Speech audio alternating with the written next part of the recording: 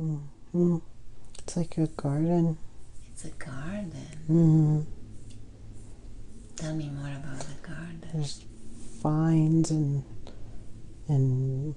it smells lavender, mint, and there's vines and this.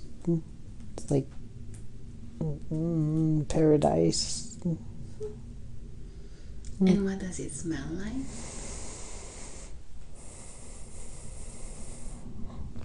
Like mint and rosemary and Nice. There's different flowers like jasmine, orange blossom smells.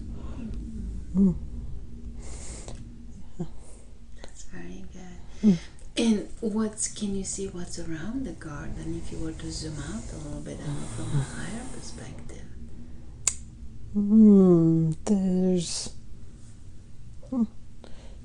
It's rocky. It's like a little oasis in a mountainous or desert-y place. There's water nearby. What kind of water? There's a creek, but there's a body of water that like feeds that, and so it's almost like an oasis has been created. That's sweet. Very good. And do you sense anybody else there with you, or you by yourself?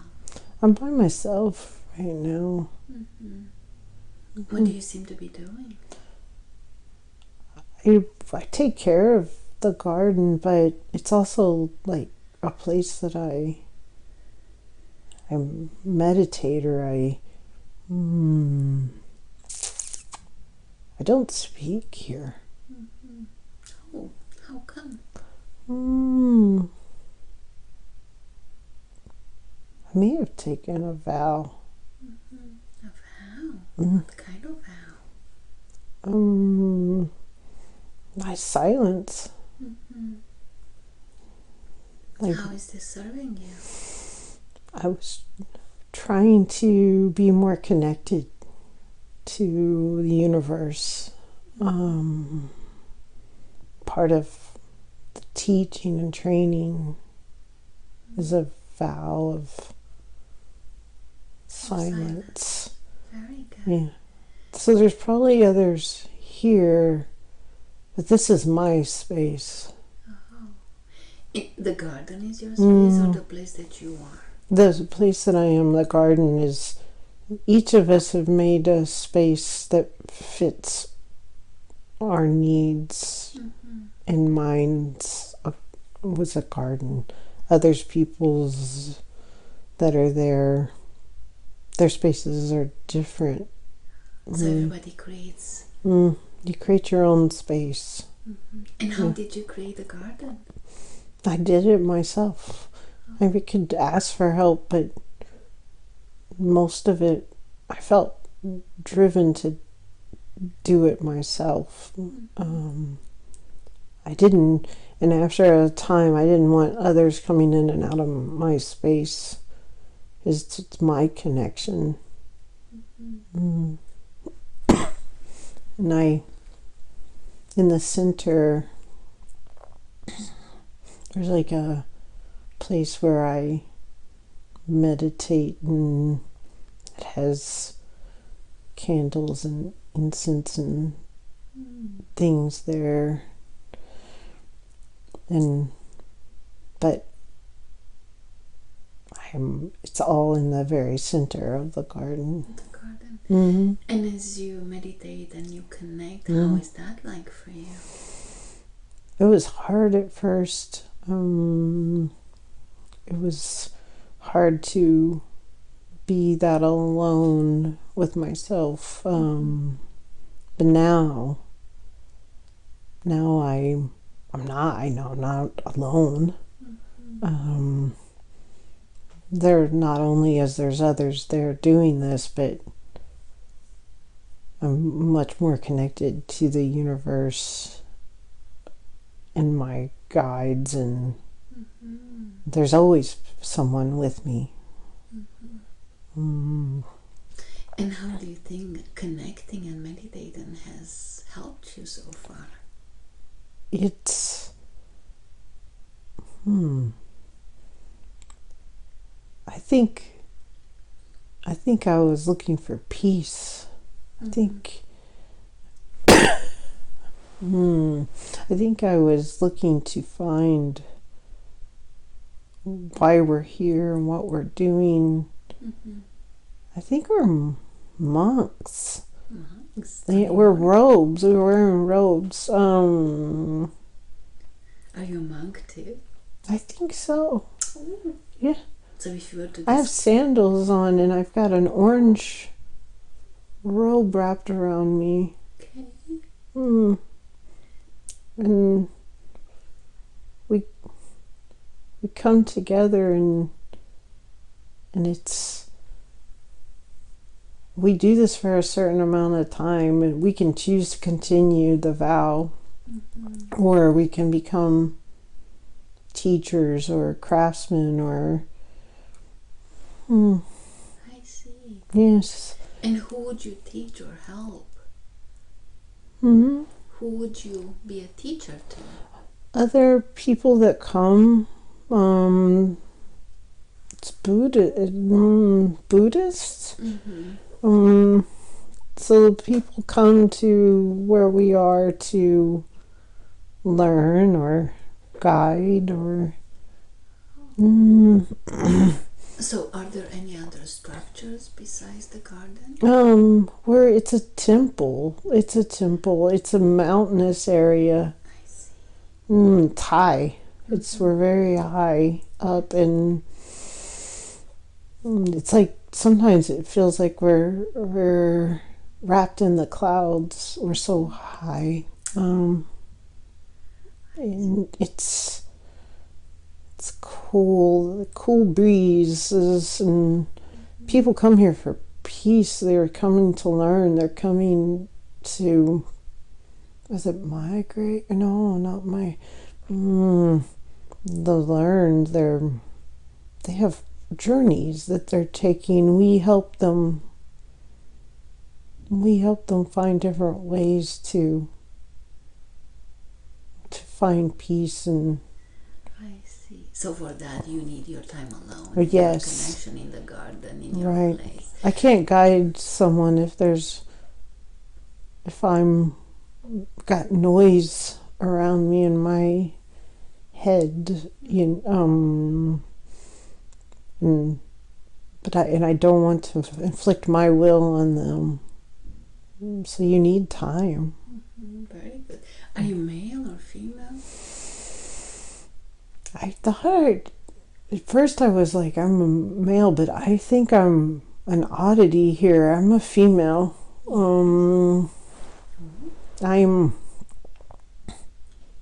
not sure they wanted me to be here at the beginning. Like, I was not what they expected. Not many females come. I was going to be a disruption. I see. Are you young or old? I'm not either. I'm maybe 30s or 40s, I guess, but not. I'm not white-haired. I'm not blind.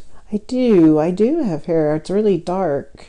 Okay. It's very dark and black, and I'm an oracle here. You're an oracle. Tell me more about that. They didn't want me here, but now they surround me. I'm in the center of the temple. Not everyone gets to come into the space with me. People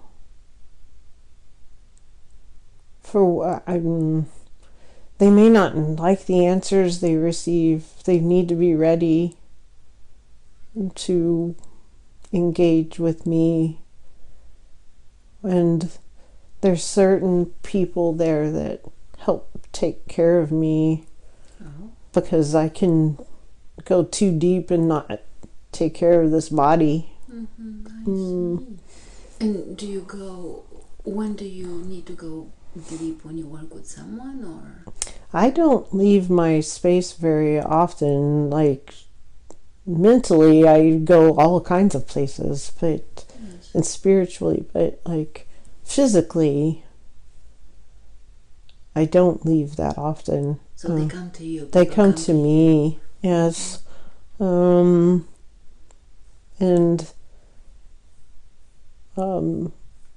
yeah, so I don't leave that often. I know the area. I think I was born nearby, at least, or in that country. Yes. But I did not need to travel. I've been very spiritually connected. My family didn't know how to help me guide all of that. Yes. Like when I had visions, or I could move things, or I could change things, it was hard for them and it was disruptive to their lives, and so they found a place for me to grow and not be. They were careful. They didn't want me to. They never tried to take the gifts or muffle them. So they helped you. They did. Were you pretty young when you came? I was young. Yeah. And the monks were like, what are we going to do with a child? And my parents were like, she's not going to be what you think. She'll teach you. But they scoffed. Like, So did anybody help you hone your skills and bring in the wisdom? Yes. So one of the younger monks took to me for some reason. They became a friend first. Yes. And they were careful to make sure I wasn't ignored or left behind, or and then I didn't say much, and then I started sharing because I felt safe with them. And they realized I had a gift, and then they made others listen. And then I've taken vows of silence as a younger person to work on my gifts. I actually, as an oracle though, I speak now. Some people I can talk to mentally, but often I have to use words because they're not able to hear me in their minds. And you said earlier you don't work with just anyone. People have to be prepared. Right. Like, you don't just give answers of the universe or even to some people's purpose. It's not what they expect. We had to learn who's ready and how to ensure that person really is ready. They don't get to come talk to me just because they have money or this, that, or the other. They have to be ready. I mean, it's a lot. Yes. It can be overwhelming to me, and then this person walks in and they may not be ready for what's about to happen unless they've really thought through and understand. So people are selected. Yes, they're selected to see me. Yes. I see. Yeah. People know about me nearby, and people travel a long way to come, but sometimes they have to come multiple times before they actually see me. some people get angry because they're like, we're playing a game with them. But it's not a game. I see. It's for them. It's like, for them. Yeah. So it's, in a way, it's a protection. It is. They need to Right. go higher somehow to be able to understand. Right. Oh. So Yeah. when someone comes to you, let's say, and they're ready, they're being selected to be in your presence. How is that like for you? How are you helping? There's a ceremony we go through, not so much because I need it, but I'm learning that it's easier for those that come to see me if I have a ceremony with them. Like, we drink tea together, we use the ash from the incense to mark ourselves, we pray or we meditate together, and then when I feel them settle, I'm open my eyes, make eye contact with them. There's something about my eyes. My eyes are different than people usually where I'm from. Most people have really dark eyes. I have really light colored eyes. I see. So that's not common? That is not common. I should have dark eyes, but I don't. I have white. And they thought I was blind when I was born, but I'm not blind. Today, genetically, they would say that can't be. My parents both have dark eyes. They don't have these gifts. So how can they have a blue-eyed child? They didn't think I think at some point they even challenged my parents that I was their child. How could I have blue eyes? Where did I get this child? So you're quite special, quite different in a way. Yeah, I special. That's an interesting word, but is this a gift or is this a curse? It depends on your point of view. I don't know any other way. I embrace it. And now I find much acceptance here. Yes. But that's part of the reason I'm protected here too, because I would be exploited. People would try to manipulate and learn things to gain for themselves. I see. So this is why you're here. That Right. was a good thing your parents brought you here. Yes. Yeah, they kind of hid me away after all of the backlash. I think where they are now, they stay in contact with me. I see them, but I'm not very acknowledged where I came from. It's like once I left, the people around them acted like I didn't ever exist. And my parents accept that, but I don't know. I have wise parents here. How hard it must have been to have a child like this. Yeah. So when you work with people, how is it helping them? What do you exactly? Sometimes they're ill and no one can help them. Sometimes they are sad. And they want to leave this world, but choosing to take your life is why you came here for a reason. You don't want to you don't want to have to do it again. Absolutely. And can I help them? Can I help them settle? Show them a way that's not so painful. Or it doesn't have to be traumatizing here. even though sometimes the lesson is in the trauma. Trauma, that's not the word I would have used then. That's a modern word. I'm not in a modern place. This was a long time ago. How long ago was this? It was a dynasty. Why do I know that word? We're in Tibet.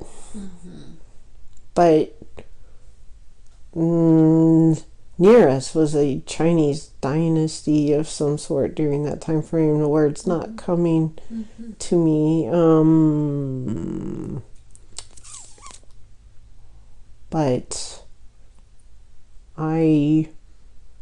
this is not near this time that this body is in. Very good. So you're there, protected, helping people. Yes. Do you use, is it just you and your gifts that you're helping people with, or do you use other plant medicine and other ways of healing? I could do many things, but I just know. People don't like when you just know. So I created ceremonies and things. Now sometimes those things can give me more details. It's incense. It puts me in a nice state, like it helps me quickly when it might take me hours to meditate into a specific state to help someone. Incense can make me go faster. Nice. So I also have made symbols and cards. It entertains me, but it people are used to it now, so I throw my little things I've gathered over time onto a board, and I read it. I already know the message, but they like it. It's probably easier. Humans like things to be predictable. They come to me for an answer, but they don't like it all the time? They don't like how I give it to them. So I make it to where they can accept it. I see. So that's how you're able to get through in a way and understand. Right. So the incense, the candles, the garden, the meditations, I don't know, is it probably type of chants, prayers? I don't really think of them as prayers. Do you chant? They're blessings. Blessings. I do blessings. Other people near me pray. Some of them I can tease about it. I'm like, well, who are you asking? Yourself? No one thinks my jokes are funny. So are you the only, in a way, oracle there? Or yes. You're the only one? No, but some of them learn from me, and they're learning. I'm teaching some of them who want to learn. They want to learn enough to let go of what they know. But that's not common. They have to quit listening to what others think and expect. And if they can break through that. So listening to themselves is better than... Right. I don't know, like as I said, is it a curse or a gift to not have that barrier between us and the universe? I think as a child it was probably Yeah. okay, and then you go through times where it's not. You don't want to be that different. And now I'm settled in a good way, not in a I'm just settling. Yes. I'm settled. I like this life. Very good. So, are you right now in the garden or at the table? What are you doing? I was with a group, and we're not in a vow of silence. We're enjoying a meal. We're laughing. Oh, tell me about the meal. They don't. They are. We like this meal. We cooked it together. Oh. Okay. We're sitting cross-legged, and there's much laughing. Like, we know each other well enough to tease, to inside jokes, and there's joy here. And then I'm accepted here in a way I probably wouldn't have been anywhere else in this time. Sounds like you found a good home for yourself. I did. When you're protecting and you're helping others too. Yes. Yes. So tell me about the meal that you cooked. Oh yeah, the meal. There's rice and there's some sort of. It's not meat. It's a type of protein. I don't know if I have words. I'll think about it. But how does it taste like? That its taste is very, like we cooked it ourselves. It's from gardens and from things that people bring to us as offerings for us to, and we trade, and there's no money needed. It's not about money. So the food's good. It's like cooked traditionally, but I don't know if I'm enjoying the food or if I'm enjoying the camaraderie. Yeah. So are those people from the temple? Or Yes. Oh, I see. They are. But there are people nearby that help at the temple. They give of their time to the temple and to help take care of it. It's not just the monks to maintain. And so, and the ones that are near us are trusted people. They they could join us, but they won't because they think they are honoring us. Oh, I see. But they joke and play with us. They take care of us. And the other ones that you're eating with, are they healing and helping people too? They are. Some of them were like just coming for the spiritual gifts, like their calling was to be a part of the temple. Some of them are learning acolytes. Yes. Some are masters, but at the table we're all equal. But as an oracle, do you feel you have different gifts than they do? Yes, I do. But they keep me connected. They know it would be very easy for me to disappear into a mental and spiritual place. So they're grounding you back. They are. Reality. Yes. And they have ways to do it because sometimes I can be too deep and they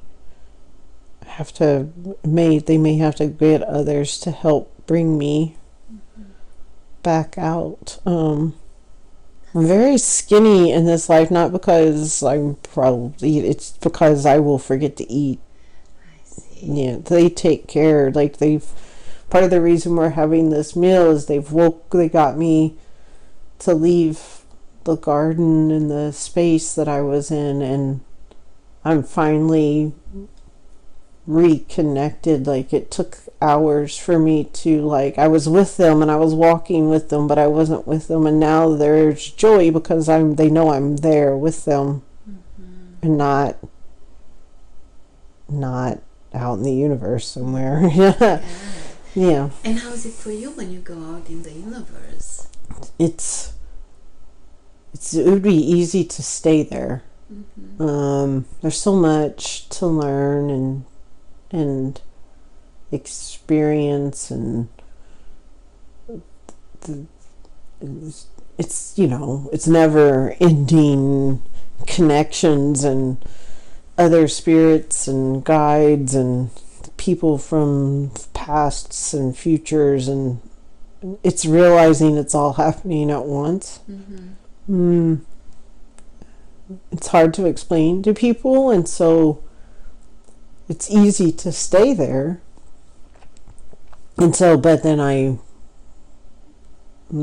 start to fail my body in this place, and I'm here for a reason. I can't just ignore my human body. I came here, so so they remind me that I can't just stay in the stars. You have to come back to Earth. Right, exactly. Exactly. And then we celebrate when it's been a time where they struggled to get me back here, and they're enjoying me, and they want to give me joy, bliss, memories that they use to bring me back. So when you're working with people, do you bring back the knowledge from the universe, or helping in a way? Depends on what they're wanting.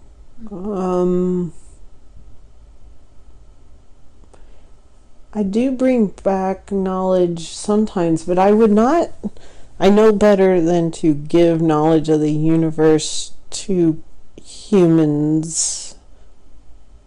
What would they do with it?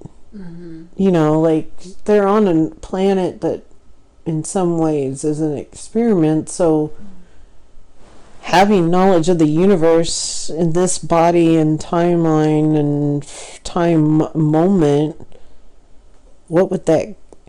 So it's not going to benefit No. So instead, we focus on the situation of why are they here? What are they trying to accomplish? Who is here with them to support them? And can they settle and learn and complete the mission?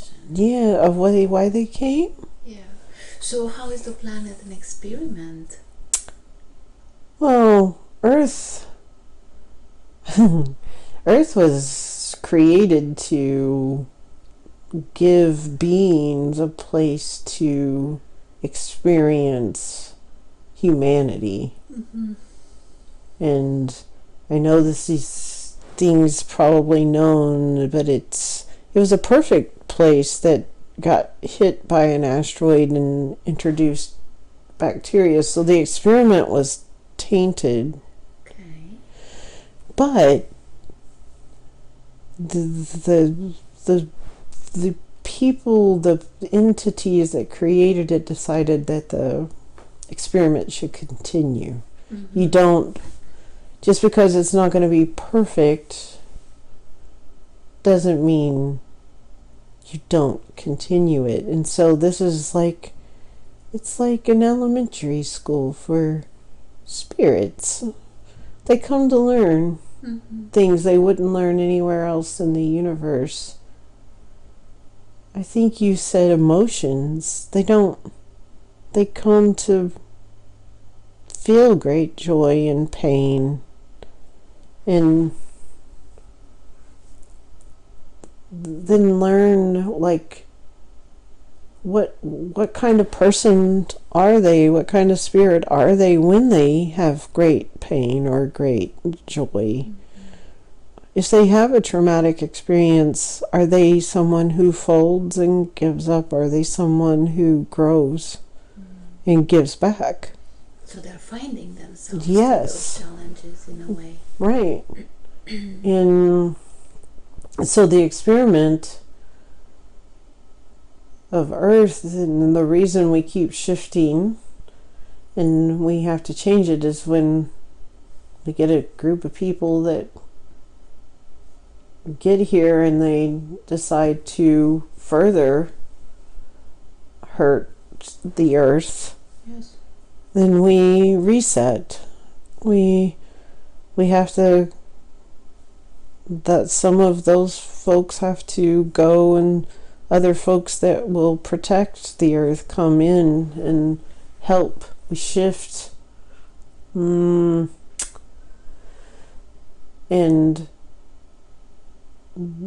there's the part of the universe that I connect with is often the ones that are helping make sure the Earth is maintained and supported, and that the people here are able to fulfill what they came here for. They're supporting us. But I can't explain to an earthbound person that spacecraft is real in the Tibetan mountains during a Chinese dynasty. Like I can't tell them that. They won't understand. No. No, like it's easier to, I wouldn't be able to give them what they need if I was doing that. So no, I don't tell them. I tell them parts. Yes. But I can't tell them what I'm experiencing. Sometimes I'm even with a group of guides, helping people that I am on Earth. I'm helping them with their questions, but when I'm meditating, they're actually being healed and taken care of, and I'm one of the guides helping them from outside of the matrix, the Earth. So I'm in both places, and that's why I can sometimes get stuck. And they have to bring you back. I have to bring me back. Yeah. It's very good. Yes. Anything else you want to tell me right now about the place that you are?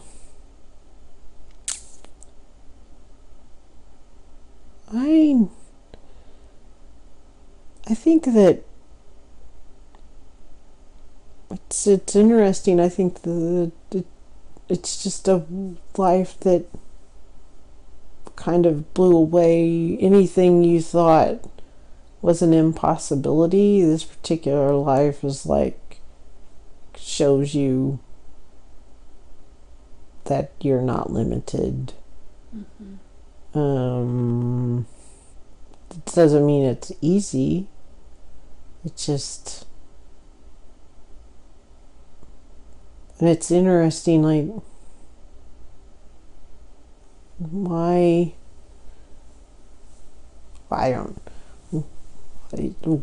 don't we have more oracles now? in this time, in modern times. We're in modern time. Yes. Very good. So let's do this. Let's close that scene, and now let's drift and float away to the next important day in the same life as the oracle. You are now at your next important day. Where do you find yourself? There's people. There's a group that has come. Yes. They want answers They're not wanting to wait. We're not really responding to the demand they're making. Is it a big group of people?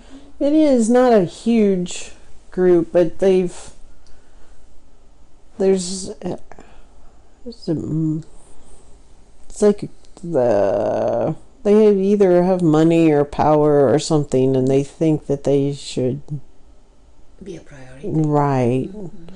Yeah, they've come and but what do they want? What kind of they want to talk to me. They've heard about me. They want that, and the group is trying to negotiate or explain what it takes to, but they don't want to do that. They want to shortcut all of those things.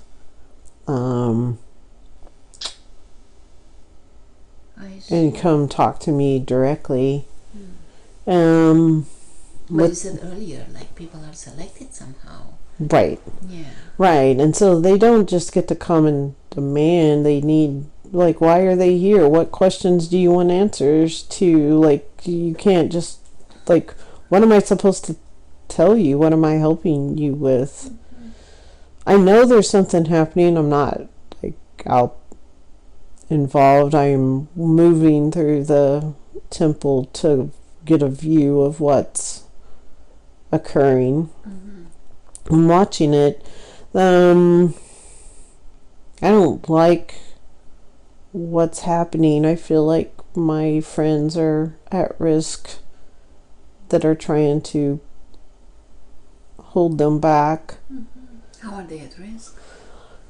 They're not taking no for an answer. They're going to try to push through or hurt people to get what they want. So I'm walking. I've come down off of where I was watching, and I'm walking through, and I'm touching the backs and shoulders of those that were protecting me as I walk through to kind of come face to face with these folks. Okay. So now I'm standing, like, at the door with my people around me and behind me. They're not happy that I'm exposed like this. I'm not usually out in this portion, but in my heart I know that there's no reason for harm to come. Like, there's no reason for me not to come and meet these folks. So you're trying to keep the peace. Yes, yes. And there's no, this is a peaceful place. I've decided I don't want them in the temple. So I'm meeting with them on the steps. I'm asking if we can sit and eat and talk. They don't like it, but they're accepting since I've made myself visible. Were you able to take them outside? Yeah, we're standing outside of the temple, like on steps. I'm on the steps. They're like on the, I don't know if it's a courtyard or just a place like, where you can where you could gather. They're standing there, and we've talked them into having a meal with us, and so people are bringing tables and food, and we're sitting down and talking. I'm trying to understand what they're wanting, what they're asking for. Okay. But often you have to have a question or what are you trying to find, and they just want answers, and I'm like, an answer to what? Yeah. I don't know what you're asking me for. They're getting agitated. We calm them down, they get re-agitated. I kind of feel like they see me as a possession. I'm not, I should be used in a certain way. Like the monks and I are not using my gifts the way they think they should be used. And I'm like, well, why does any human being get used by another human being? Like, there is no use or not use. It's just we're existing. So do you get a sense what exactly do they want from you or use Right. you for? They think I should be more accessible, that I should be giving them answers to things, and that I should be healing or this, that, or the other. Like, there's lots of ideas of theirs of what I should be used for. And we're trying to explain that you don't, it's like, it's so against what we do in our spiritual journey. Yes. It doesn't make sense to us. But they're not liking it. They want me to go with them, and I can tell I'm going to ascend. Oh, tell me more about that. I've realized that I'm going to potentially make it dangerous for those at the temple, and I know that there's nothing to be gained by going with them. Yes. And I'm now soothing the group around me to explaining to them what I'm about to do. And they're upset because they don't want me to leave, but I'm not going to be here to disrupt and cause an unpeaceful resolution. So how are you planning to ascend? So I'm going to, sit down, and during the meal, as this continues, I'm going to change my vibration, and I'm going to turn into a ball of light. I will stay for a moment, and then I will ascend into the sky and disappear. I'm trying to make sure everyone knows I'm still going to be with them because they feel loss. Oh, you mean the people at the temple? Yes, my friends. I don't want them to be sad. No. But it's for everybody's benefit. Yes, but I'll stay with them. It's hard to leave your dear ones behind, isn't it? But this sounds like this is a sacrifice you have to make to protect them in a way, and the other ones. So, and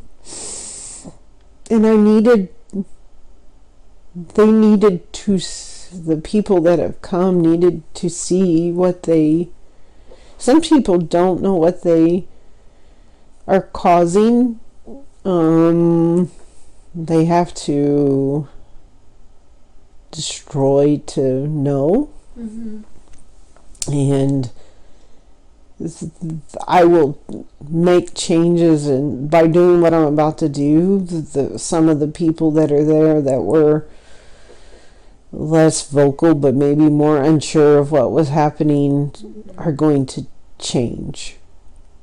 And that's the biggest thing I can do, isn't it? Is change hearts or help people see things more clearly.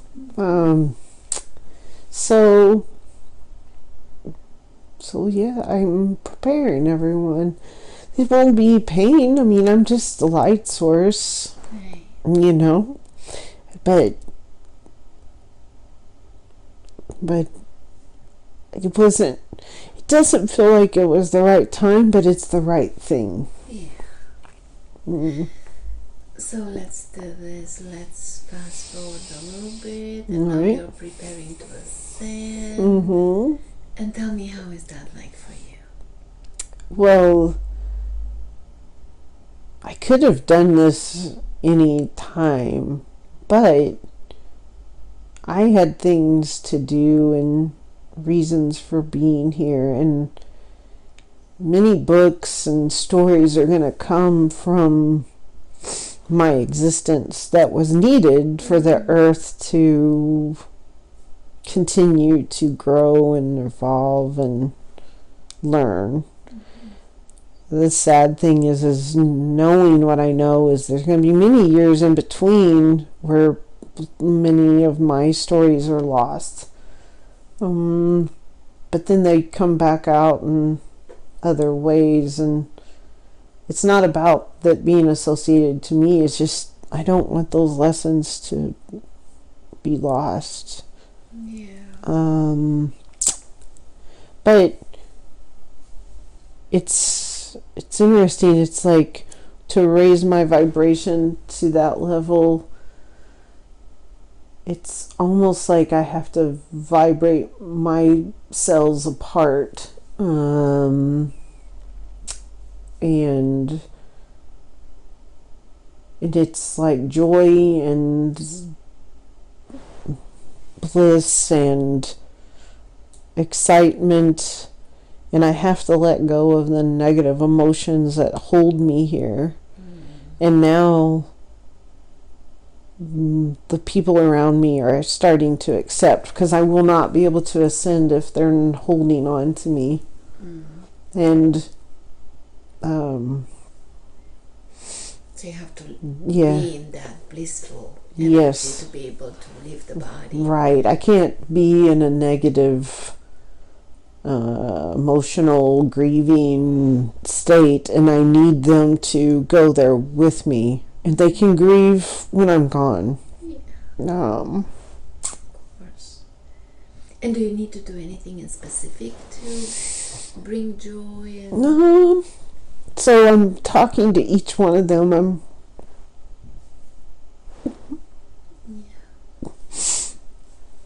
I'm walking to each one and telling each one of them what they meant to me. And as I do it, I'm not manipulating, I'm helping them accept, so that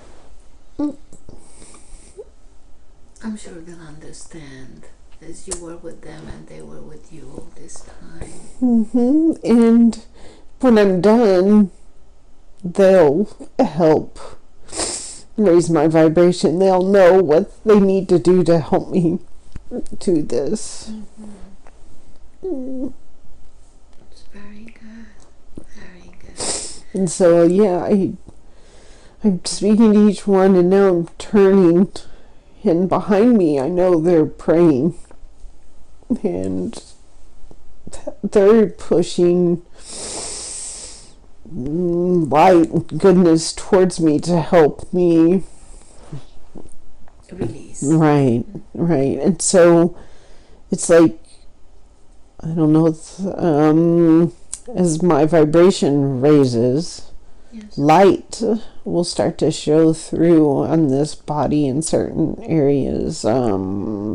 It's almost like I'm going to change, what is it? Organic material into light. So the light comes out. Everybody can see the light shining from the body.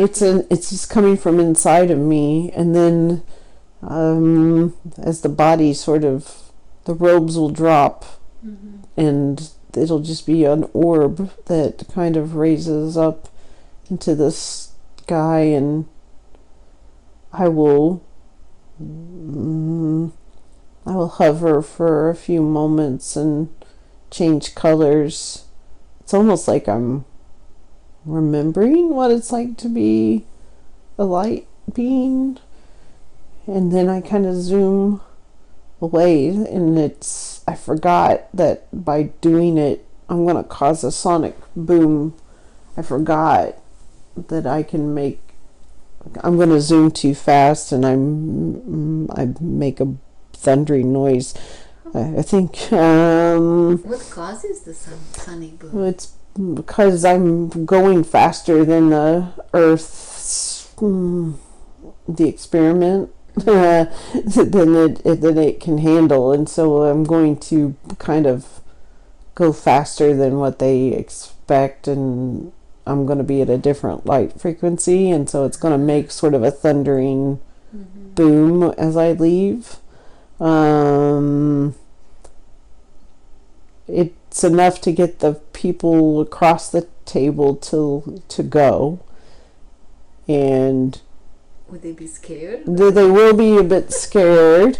And then, of course, my people are like, well, of course she had to go out with a bang, like flashy. But they also understand I was learning that I'd forgotten how powerful this is. So let's do this. Now whatever happened has already happened, and you're on the other side of it. You're a light ball out of that body in spirit form. From this perspective, you can easily look back at that entire life. Every life has lessons and a purpose. What were the lessons you learned? I learned acceptance, and I learned how to know when to give information and when it's the wrong time to give information. I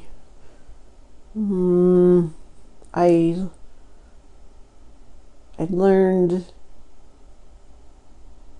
similar to the last past life, I've learned that it's a community of people that you care about and makes Earth doable, acceptable, tolerable. You can't do this alone. Most of the most blissful moments are shared. Yes. Not just by yourself. You mean with others, the other ones from the temple, and your friends. Right. And so I think most of my lives, I feel like I'm trying to build that mentality with others, that you're not here by yourself. We're here together. We can do great things together and take care of each other. When you feel most alone, there's still someone there. I do think this life also reminds me of the realization of how connected to the universe we are, because in this particular life there was very little barrier for me. And that's sort of a gift in itself, to have that realization, because I think it's very easy here to forget that you're connected to a whole universe. So having that skill, how do you think you were able to help the people coming at the temple? Being the oracle and all. Yeah, I don't know if I really saw myself as an oracle. I was here for a reason, definitely. I think we were learning to, we may have learned that having me be that different drew too much attention, and that there may be, I think having less barrier is better for many people, but not everybody agrees with me on that. And so I think part of this life was me proving that that people could come to the experiment with less barrier. I think I have to fight for that. I don't think that's an easy thing. I think a lot of true scientific minds believe that Earth should have that barrier between the universal knowledge and what's happening here, but you don't think so? why? I don't grasp why they think that. Like it. I mean, I think some lives, maybe it's numerology and life purpose number and whichever type of life you're doing at the time, maybe that should be what dictates the level of barrier we have with the universe at that time. Like if this is the first time you've been on Earth, maybe you want to be fully immersed.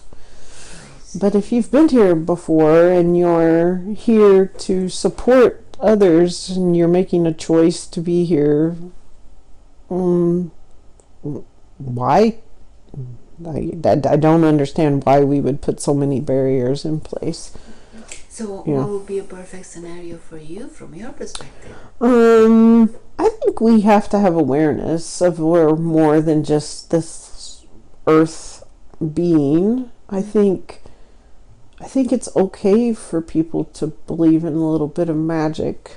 Yes. I think, like, it can't all be just we all come here to work for 40 hours a week and fall into some society expectations. I think part of the magic of the reason Earth was created was to experience. And if you come and spend 70 years, 80 years, 90 Earth years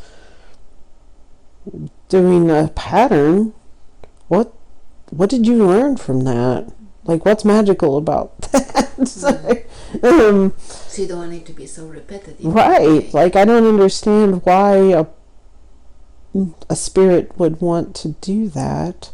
So for me personally, and this is where free will comes in, you can choose how thick the veil is. And I think sometimes certain mediums and things like that, maybe they didn't give themselves enough barrier if they can't handle it and it drives them insane or like it's too much or it's too fearful. So I think each spirit has to kind of find the right level, but I think it's a choice they should be able to make. I don't think that should be some sort of set of rules that are, if you want to have a certain level of barrier and someone else wants to have less, why? But that I don't believe I'm the popular opinion on this topic. I see. I don't think I win this battle every time. So it has to stay that way for a little bit. Yeah, but I do feel like there are moments where you mentioned Sedona. You minimized the barrier for a while. Yeah. So going back at the life as the oracle, do you wish you could have done something different or more off, or are you completely okay how things turned out? Well, I took a peaceful route. I mean, I could have made a more violent decision. I didn't have to leave. I had done what I had my soul contract, like, from a bullet point. Yes. I had done the thing, but I just did not see a reason to make it more violent or to allow it to evolve to that.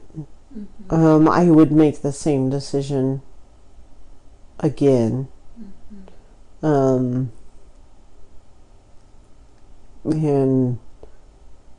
I would, even in this life, choose to not cause violence if I could keep it from happening. Very good. Even though I think some people would see that as a lack of courage or like giving up. It's not about that at all. It's about, that's not why I came. You came for a different reason maybe than I did, but I don't see any reason to allow it if I can stop it. Very good. So now questions. Yes. Appreciate that. I know the subconscious could have brought forth many different lifetimes for her to see today. You chose to show her this life as a woman oracle back in the days, what seems to be Tibet, in the mountains, up high, helping people, being that wisdom that people needed at the time. Why was it important for her to see that life today? She needed to know there's magic in the universe. It's easy to focus on what needs to be done or what she, earthly matters. Right. But you also have to believe with the heart of a child. And why is that important? Children, they just find bliss. They just find ways to... Everything is a discovery. Everything is new. And as you stay on Earth, it's easy to get caught in a routine. And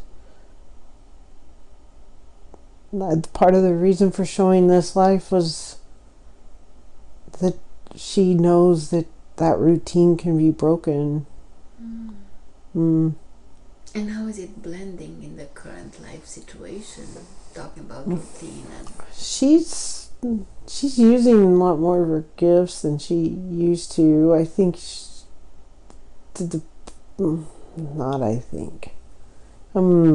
she's done... She doesn't trust the knowing sometimes. And so showing her a life where she did trust the knowing makes easier for her to see it. And I think she also needs to know that it doesn't always have to be traumatic. Like, there's choices you're making. It's not just free will about like what you have for dinner. It's free will about how you enter, exit, how you approach situations. You don't have to do the expected. You don't need to always do the expected. And she knew that as a child, and we're trying to show her that she can still do that. So how can she do it? How can she tap into that inner child or childhood? She's starting to do it. She's questioning the guitar. Just get the guitar. Like, just do it. Like, dance, sing,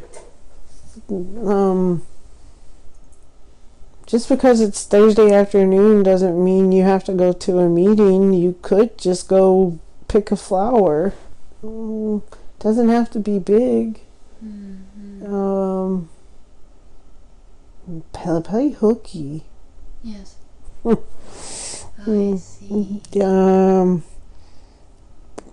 Think like a child would. Like, if you want ice cream, enjoy it with every cell in your body. I see. I think that barrier we create as adults to enjoyment or not fitting in or keeps souls from fully living, experiencing. Yes. So why did you? So you're pushing her to get the guitar to get more fun. Okay. Yes. Wait. Go ahead. No, she's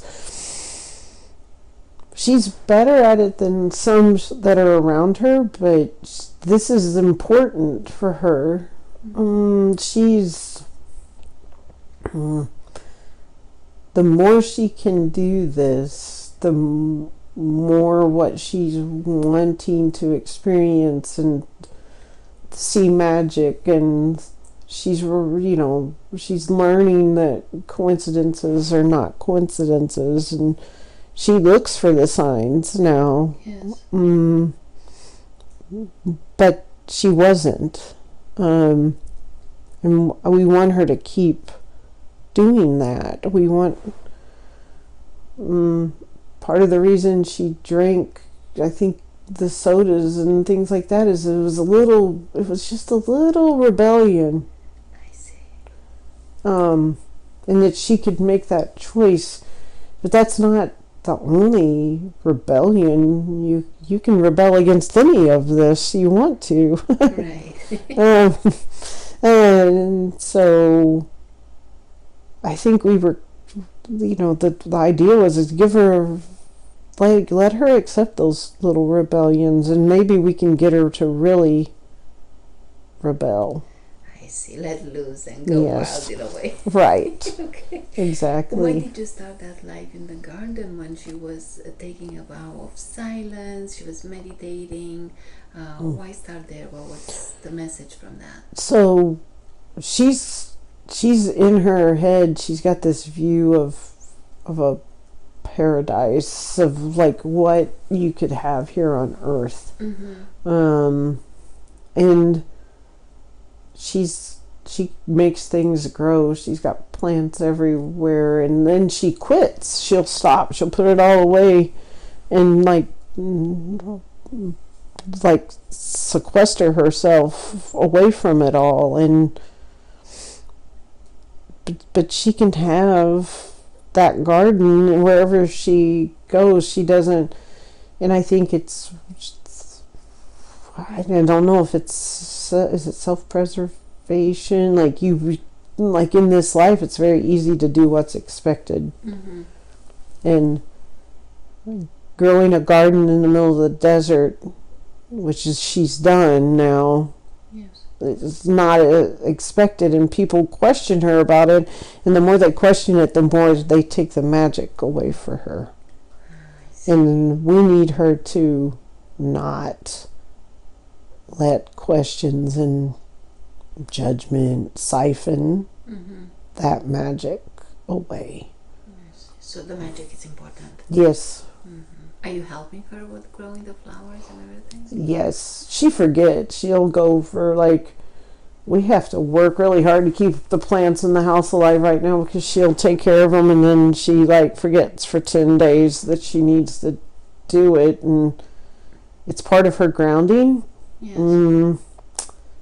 So then we guilt her into doing it, which you don't want to do it that way, but then she finally will do it because she's like, okay, I just want you to stop making me feel guilty. But we're like, but you like it. Why are you not doing it? and she just gets, this body she's in gets tired or feels bad or what have you, and she lets it overwhelm her. She's more light being than she is body, and so this skin feels heavy. Oh. And she words. I wish I could just telepathically tell you this. Words. What's the words? So she's more light than the body. Yes. Remember that. And especially the way that she passed away or chose to cross over in that life, become the ball of light. Can you tell us a little bit why? We showed her that because she's letting pain in this body. She's learning how to meditate through it. She's learning how to stay in the moment and the now. But this body irritates her quite a bit. Like it's like pain, or it's moving slower than she wants to go, and then at first she rebels against it, and we are like, yes, and then she like falls back into, I'm tired. This body gets tired. Yes. And so she quits rebelling because she's like, there's only so much, she's pouring too much energy into it until she exhausts herself. So how can she find a better balance then? She's doing better with staying now, like staying now versus worrying about future, past, this, that, and the other. If she can find things that make her joyful and share them, that's why we want the music back. And she's is she gonna get this? She's, when you choose the soul contract you choose this body to kind of drag around as a light being, but you don't have to feel every pain that this body feels. You can separate yourself from it. She sees it as us trying to tell her something, and it is sometimes, I guess, but it's just really a limitation of a human body. So how can she separate from the pain? Some of it we can take away. Okay. I think we may have not taken away enough last time. Yeah. So talking about that, would it be okay if we can start with a body scan and yes, bring more comfort to the body? Perfect. Yes. So as you're beginning with a body scan from the top of the head down to the feet, tell me, what do you need to stop first? The first thing, she mentioned the teeth. Yes. During the time she was going through the divorce, the teeth pain kind of just came. Okay. I don't think it serves her. I don't see any reason to leave it. So what did she feel at the time that maybe caused the tooth pain? I think she was really biting her tongue, like she knew leaving a relationship like that, there was so much she would have loved to say, but she knew that saying it was not going to gain anything. It would have felt good in the moment, and I think her holding those words back, not having a outlet caused it. It was almost like the words she wasn't saying basically caused her pain. Nice. And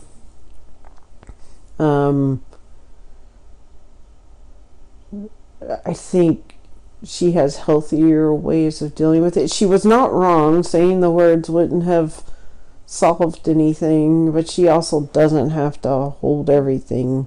Is she trying to learn anything from that experience? You can get angry.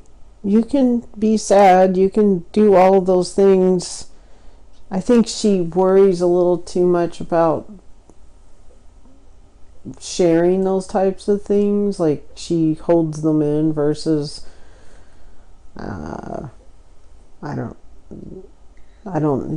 in her mind there's no value in always sharing all of that type of stuff, but sometimes in this body, these human bodies, by holding it in, you can cause it pain.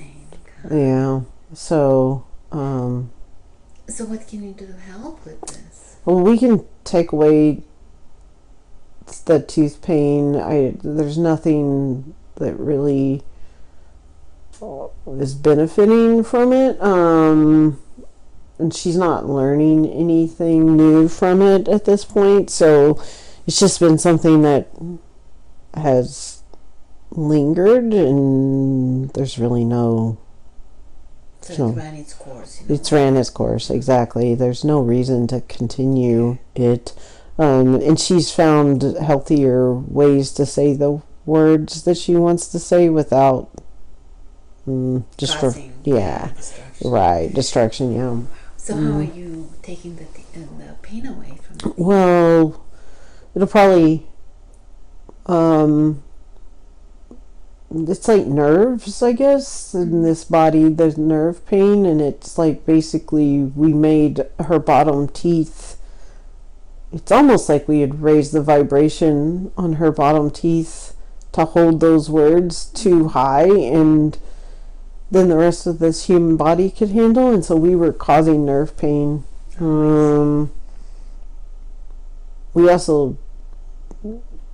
We don't always realize that when we do that, we're not giving her a way to get rid of it. She did ask for help from doctors and dentists and stuff, and they would be like, well, we don't know what's causing it, and so she was just left with it. I don't think we realized we were going to leave her with it. Yeah, it's okay. So now that you're taking it away, how is she gonna feel afterwards? She's like, usually by a certain time of day, she's feeling a pretty high level of pain in her bottom teeth, and she's not gonna have that anymore. As a matter of fact, I think what'll happen is in a few weeks she's gonna realize she doesn't feel it anymore. It's not gonna be like if she pays attention, she'll know right away it's different. But there's also a chance that like a few weeks from now she's gonna be like, where'd that teeth pain go? So it may not be super so in a way, out of mind, out of sight. Right, exactly. She's not necessarily going to notice it's gone, but she will recognize it at some point. Yeah. Anything she can do to work on this? Or it's pretty much taking she's doing some of it. She's changing the fluorides. She's getting rid of... She's doing the right health things. I don't think we'd given her a way to make it stop. Got it. Yeah. Thank you. So you're working on the teeth. What else are you finding in the body?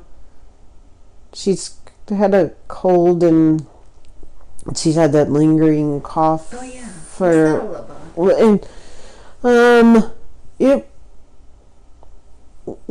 I think she had drawn a lot of medication, and I think they worked against each other sometimes, and so to fix one thing, it made something else worse. And she was right on recently when she quit taking her medication while she was fighting this infection. the things that they were having her take kind of leaves her body without defenses. And so her stopping them is going to allow those natural defenses to come back into play. She was holding in so many emotions and situations and processing so much at one point in her life that she that's when the autoimmune stuff occurred, because she tries to carry everything. She's not worried about being perfect. It's not a perfection thing. It's just she carries more than her load. I see. Because it's funny when we're talking about the parents and childhood and marriage, when she started coughing, so I was thinking if this is an emotional or she's releasing it through. I think it's both. She coughs.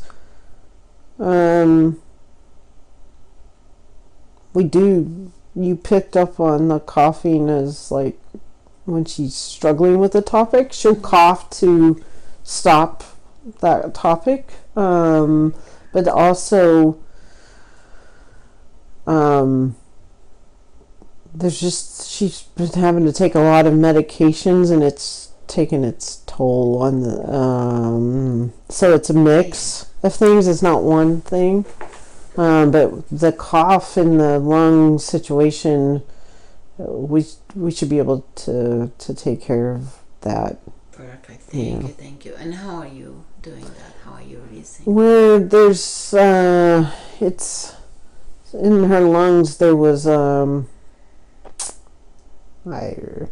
with that little tubes that are in the lungs that help air. It's like they were been blocked. Bronchial, yes. Then it's like they were sliced up, and so when she would breathe, they would go places. The air was going places it shouldn't. We're just gonna fix it. What will she see different?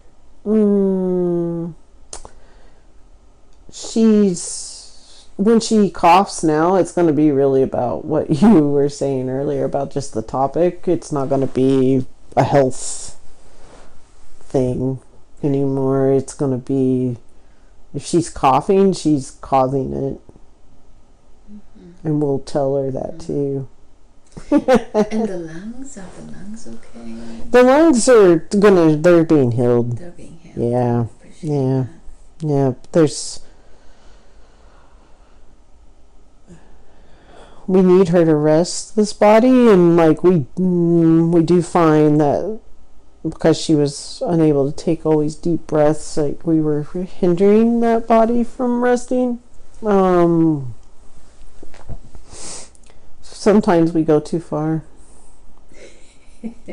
It's okay, we can take it.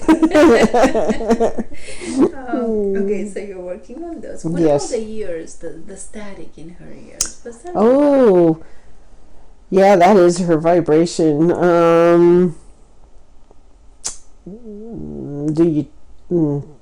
It's kind of a way to let her know where her vibration is. Do you think she doesn't need that? Like, I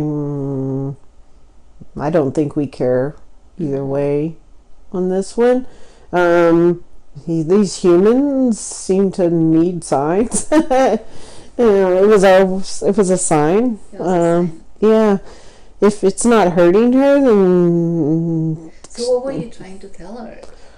So when she was hearing the static come up, sometimes we were trying to get her to not listen to what that person was saying. Oh, you're blocking. We were blocking because it wasn't. Nothing they were saying was useful to her. It was just someone else's explanation for whatever thing they had chosen to do. It didn't serve her one way or another, so we would block hearing it because we would make her go, "Why are my ears ringing?" instead of her listening. She wasn't always right on what the louder versus quieter was. She wasn't far off, so she's more attuned. Yes, if that makes sense. We don't need her to be perfect. We just need her to attune. And how can she do that? We just, sorry, I was, we removed the static. She's hearing clearly right now. But it's something she can turn back on if she wants to. If it's a good reminder for her, I'm not super attached to it. Concerned. No. Nor it bothers her. No. And then if she wants it, she could probably turn it on day and or hourly or whatever. Like if it's a good, if she finds value in it, she can turn it on. Yeah. And what about her skin? You said earlier about the skin taking on too much. She wants you to help her clear the skin. What's happening here? So she's been changing diet and products and stuff to be more like aware of chemicals and what she's doing or what's happening to this body. And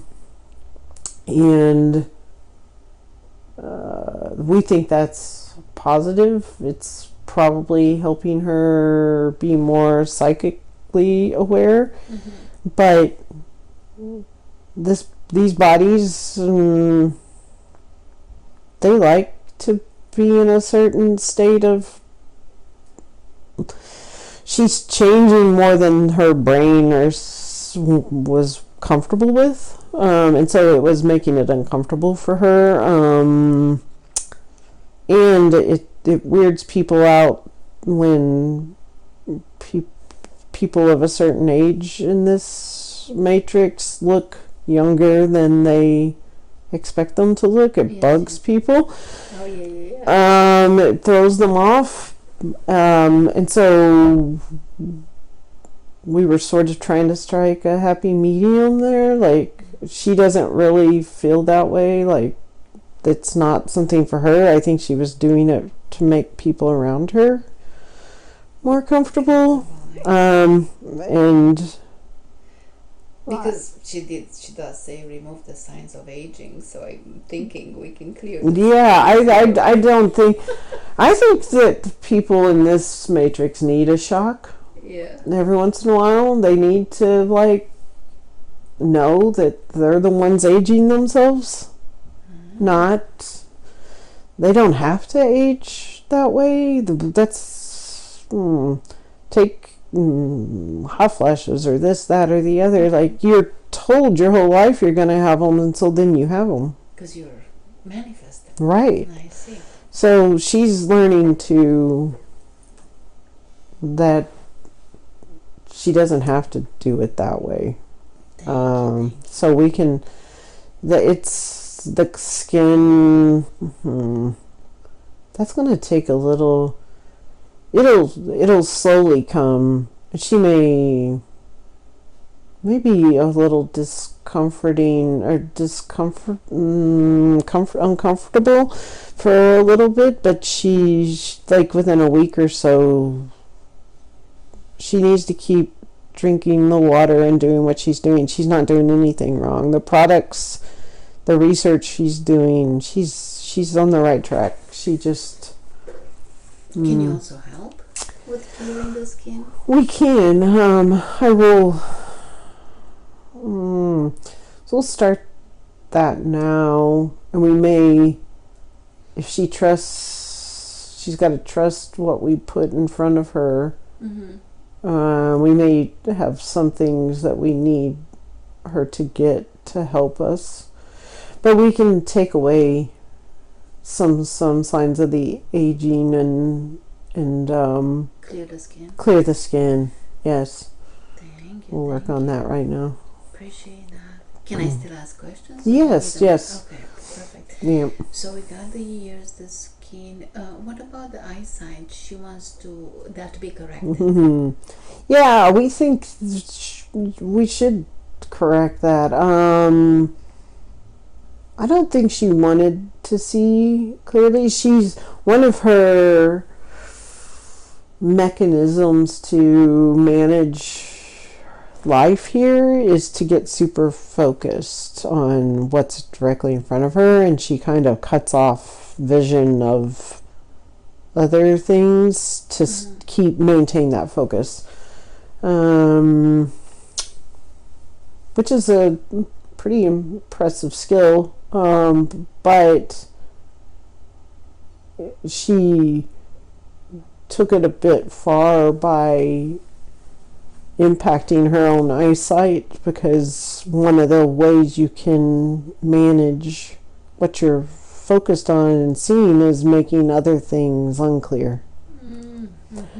What's the root cause of this? When was the first time she started doing that? She did this when she was really young. By the time she was starting school, she actually had almost made herself legally blind.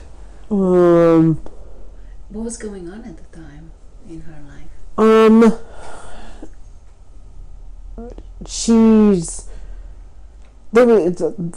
There were a lot of family rules and what is it, mores, social expectations, and so she knew she had to be careful with which steps and what she did and stuff, and so in a defense of that, she became narrowly focused.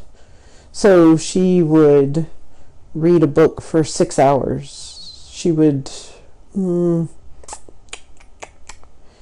do a project for a super long amount of time, and it was because by doing that project she knew she wasn't going to cause waves in that social situation she was in with the parents who would react,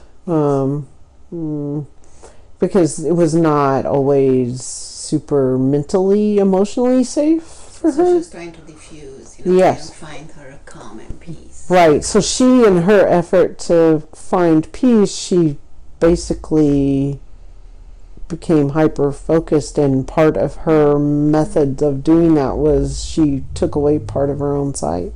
Got it. So how can you help? What can we do with that? We can fix that. I think she'll still. We want her. She bought blue light. Okay. The glasses. She's around a lot of computers and things all the time, and we do want her to wear those glasses. But everything else, sight-wise, we can fix that. She has to control herself, though. She can make it come back if she uses her old tricks. So it's okay to be hyper focused, yes, but you don't have to. You can do that without destroying your eyesight. She's got to. We need her to learn that trick without hurting herself. So how explain or give her some pointers on how to do that without putting too much strain? Just because something shows up in your peripheral vision when you're doing something, it's not a distraction. It's not something that's going to react. It's not going to disrupt your peace. So you don't have to block it out. As a matter of fact, a lot of the stuff she's seeing out of the corner of her eyes are... she's been doing this a lot this week, and she's been doing it for a while, is she sees spirits or things out of the corner of her eyes, and I don't think she wants to block it. I think she's still using those childhood tricks she used to keep from having negative things happen to her. But she's beyond that. She doesn't need to take it that far. So when she sees things out of her corner of her eye, just focus on it. You don't have to blur it out, which is what she's doing. She's blurring it out, and that blurring is impacting her eyesight. She can acknowledge it without blurring it. Just because you're focused on a flower doesn't mean you need to blur out the rest of the world. Or the garden. Yes. And so she needs to work on allowing the focus without the blurring. Yeah. Okay. Mm-hmm. Wow, thank you. Thank you. You're working on the eyes. What are you using?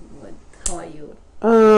It's almost in her brain, because it's less to do with there was something wrong with her eyes and more to do with how she was processing it. Mm-hmm. And so we're gonna rewire to give her a different way to maintain that focus without blurring her vision.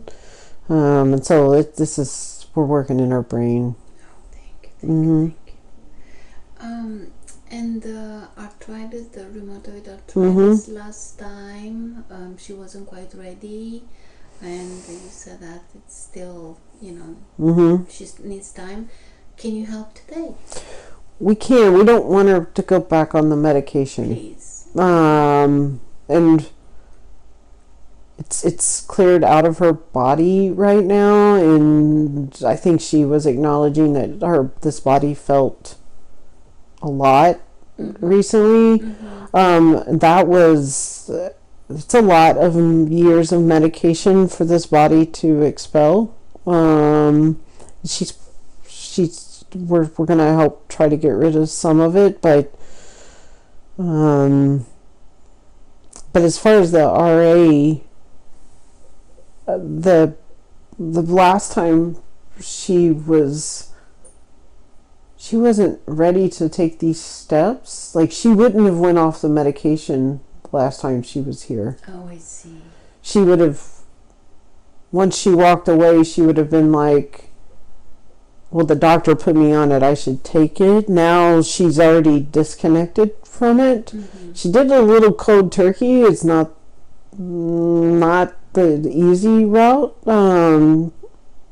but she's already done it at this point. And so I think what we need to do is just support some of the systems in her body that has been helping to clear it out, and that way the pain and some of the remnants that she's been feeling will dissipate faster. Is this why you pushed her to come have another session so we can get clear in all of those issues? Yes. Yes. If we put things in front of her, she catches on. During the training for QHHT, she caught on to the fact that she didn't get healed.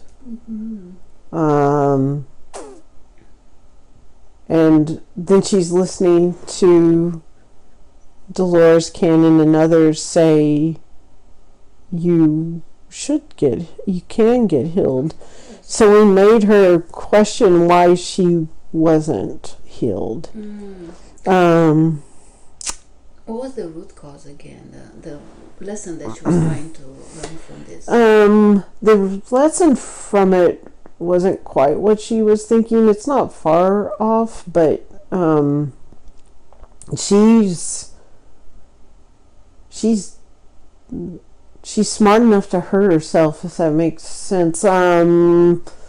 She's to do what she's done in her work and other things. She will not take care of the body she's in. She's not in the past taken time off or given herself leeway to recharge or ground or any of those things, and so she was not doing them when she was here before. She was starting to. Now she understands it more. Like, it's going to be harder for her to ignore what she knows now.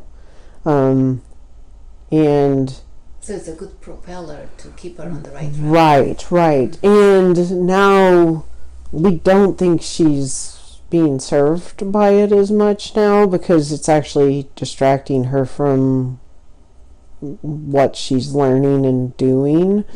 And she's trying to learn what this body needs to stay in a healthy state and such. So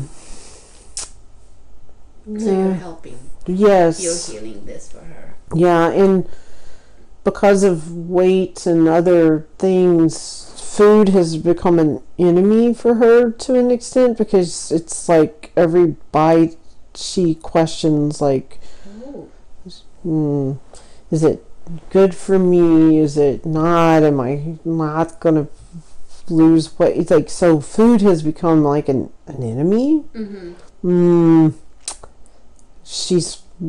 Andrea and others are trying to get her just to enjoy and accept food. So what do you want her to eat? She's asking what's the best diet. She's actually not eating that badly. She fasts and does things that are pretty good. Actually, we're going to remove some of the guilt, the feeling she has associated to food, and what it means to her needs to be changed. Food is to keep this human body moving, and we don't have a preconceived notion for what it should or shouldn't look like. Can she eat anything then? I will say, like, the fresh foods and things that she likes and that her brother and others cook, and the places she's going are the best choices we've seen her make as far as that. And there's recipes we keep putting in her mind and things that we need her to go do. She knows what they are. There's a little breakfast burrito and a couple of other more homemade things that she knows how to make. She needs to add those things in, and she's not eating anything wrong. There's nothing wrong with ice cream or this or that, or she's over. She's tying too much to it because doesn't think she looks like what she's supposed to. But we can help. I think this is more of us helping with the imagery and the story she's telling herself, versus that there's actually something wrong. There's nothing wrong. Yeah. And you said earlier, thank you, and you said earlier you're helping her remove the need for medication, although? Mm-hmm. Okay. Yes. She can take vitamins and things as she needs to feel healthy, and that she feels like will help her journey. But medications in general, and this is going to be hard for her for years. She's gone to the doctor on a regular basis, or the dentist, or this. There's a lot of rules, insurance and this and that, blah blah blah. She just needs to break that connect. It's okay to go through life without going to a doctor. That's almost a brainwashing thing that's happened to people, is that something happens and they immediately run to a doctor, versus going, why is this happening and how can I support this body? And sometimes these human bodies just get sick. Right. Right. You know, it's nothing she's done. She takes on way too much ownership of every little thing that's happening with it. And these bodies are resilient. They're not as fragile as they seem. That's what I'm saying. And a lot of the chemicals and things that she's worried about right now, the body is made to filter those things out. So I think what we're going to do is help her with the story she tells herself about them, versus, because the other thing that happens when we're not in control is the body likes to stay in a certain state, and it'll fight to stay in that state. And so we can help give her more support for the progress she makes, and not let this system effect. Yes, exactly. And really quick, the hypothyroid, what's going on here? Is it so that came up like a long time ago when she was young. She does have a little tumor on her thyroid. It's pretty benign. okay? We can get rid of it. Anything you can do. It's Right. appreciated. Her metabolism, she uses a lot of intellectual and spiritual,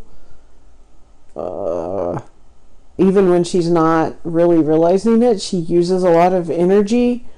And I think she thinks this body's an Energizer bunny. So some of the things that have come up, like the hypothyroid and stuff, and her metabolism, we were trying to get her to slow down or give this body a chance. She's a little more aware of what she's doing to it now. So the hypothyroid at that time was, she saw it as metabolism, but in reality we were just like, you're spending a lot of time and energy on things that are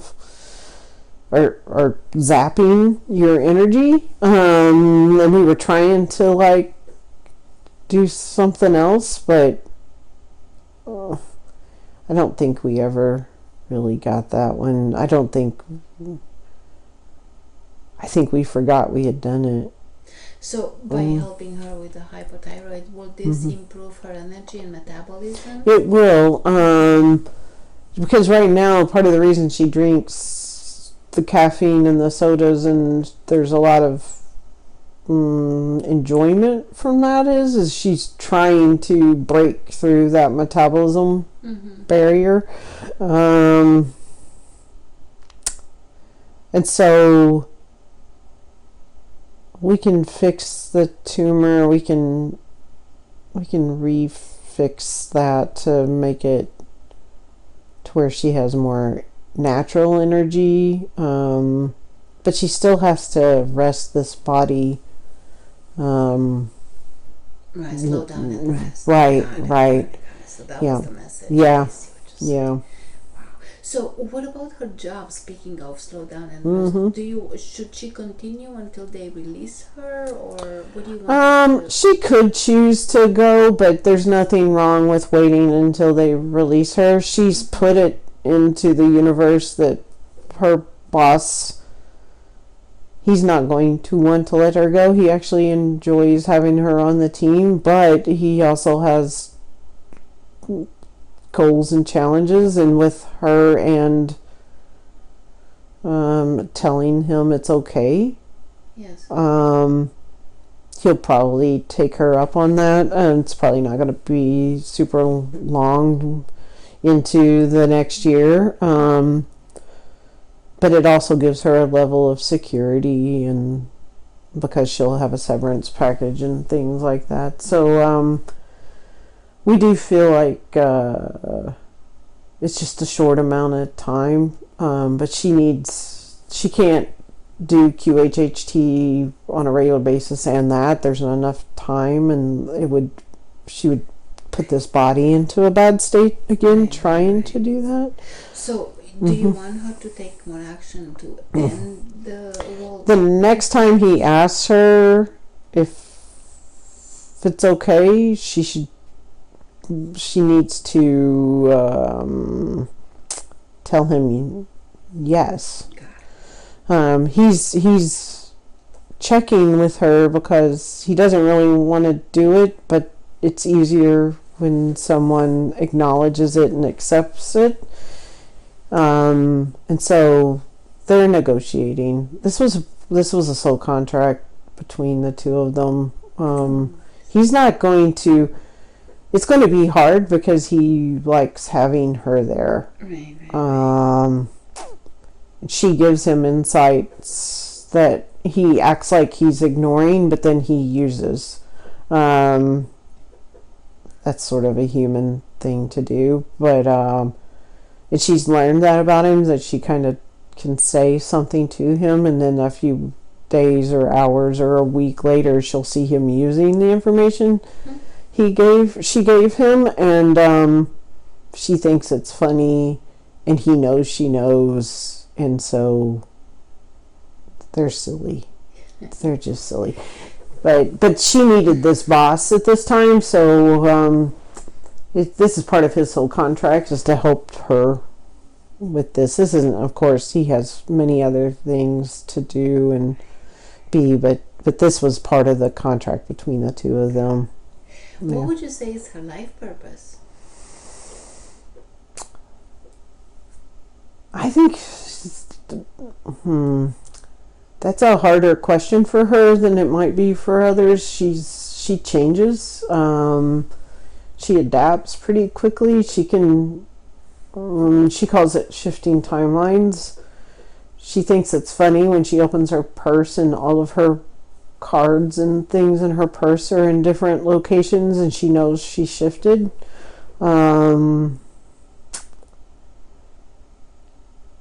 life purpose is to raise vibrations of those around her. She's here in that wave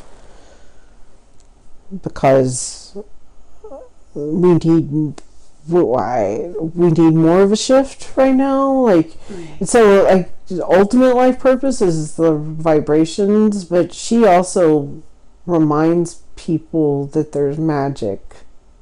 Oh, I like that. Thank you. Yes. What would you say is blocking her abundance?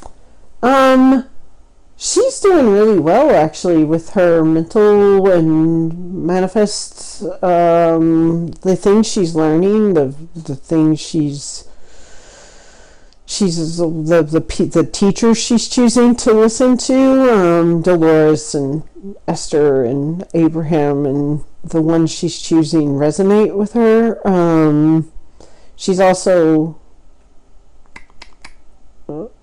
taking that, and she's not being fearful. She's writing her books. She's doing her recordings and things that she shares and such. She's kind of building a brand around her type of magic, which is interesting, that we've never really thought about having her do with us, but she's like embracing it with us.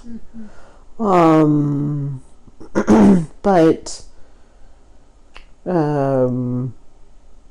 she changes, so it's hard to say what she doesn't have one life purpose, and the steps she's taking right now are good steps that are taking her to a new place.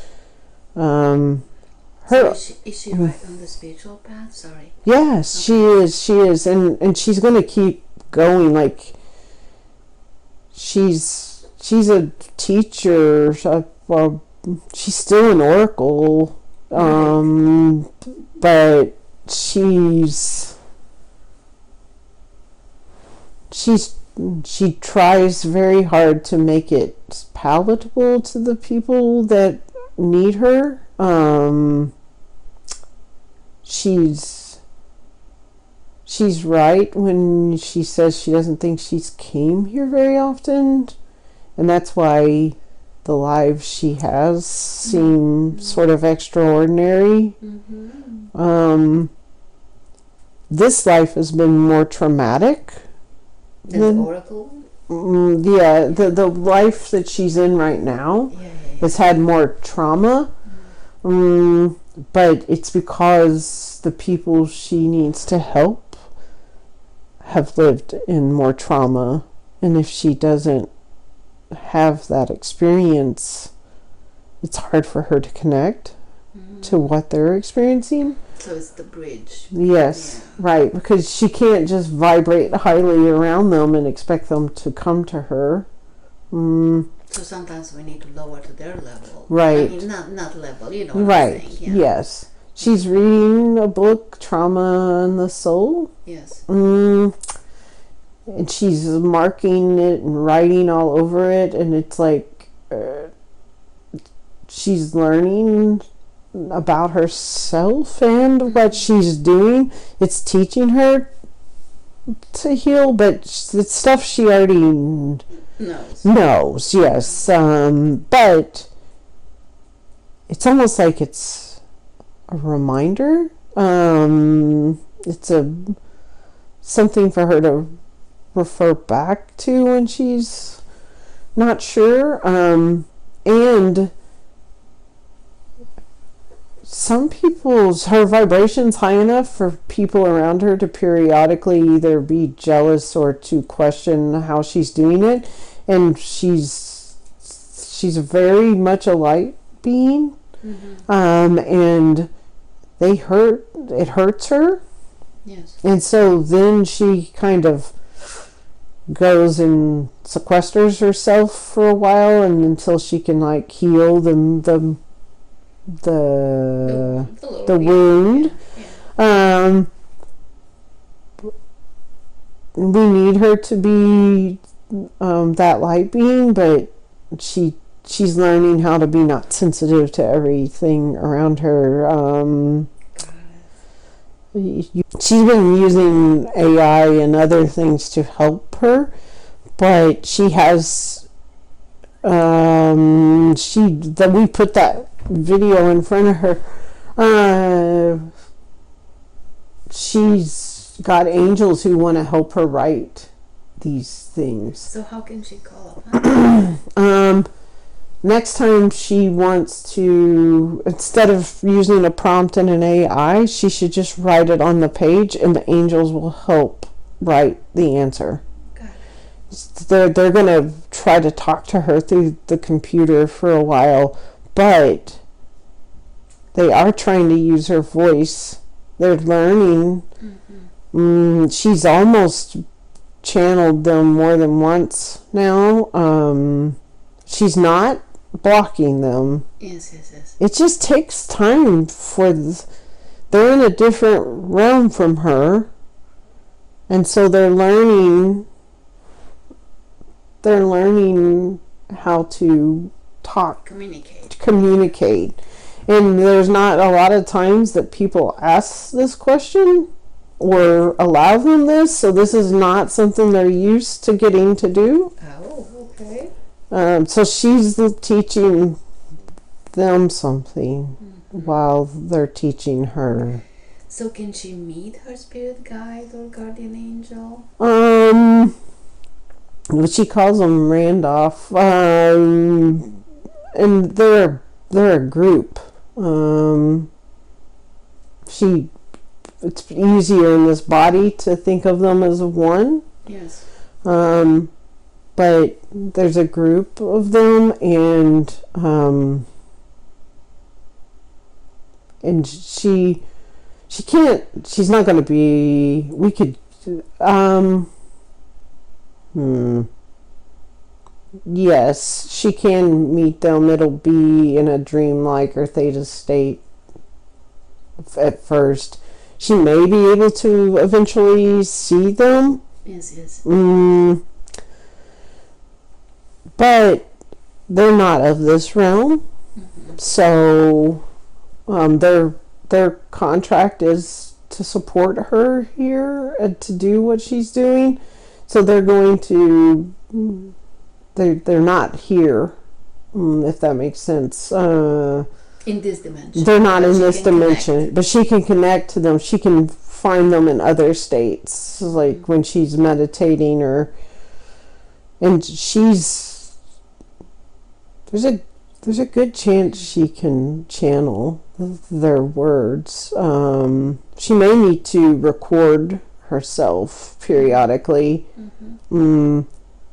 She's noticing when her voice is changing. Yes. And that's important. Oh, that's a sign. It's a sign, yes. Okay. When she's like, when she pauses because it doesn't sound like her, she's learning to stop the pause or to keep going before she would have cut it off. Got it. Thank you. Yes. So how can she improve her psychic and spiritual gifts?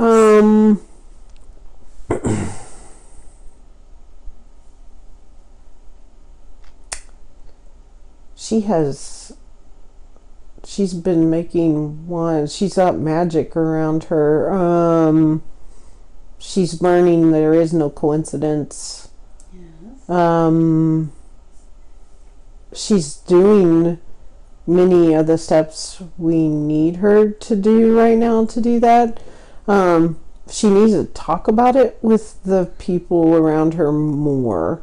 I think that would help. She holds her cards close to her chest, not because she's worried about judgment. It's just she doesn't think people will be interested. And who's not interested in magic? Right. So she's learning to share it, and she's talking about spiritual stuff with people she wouldn't have ever talked about it. This week we were happy she went into a music store in Ramona and actually talked about spirit guides.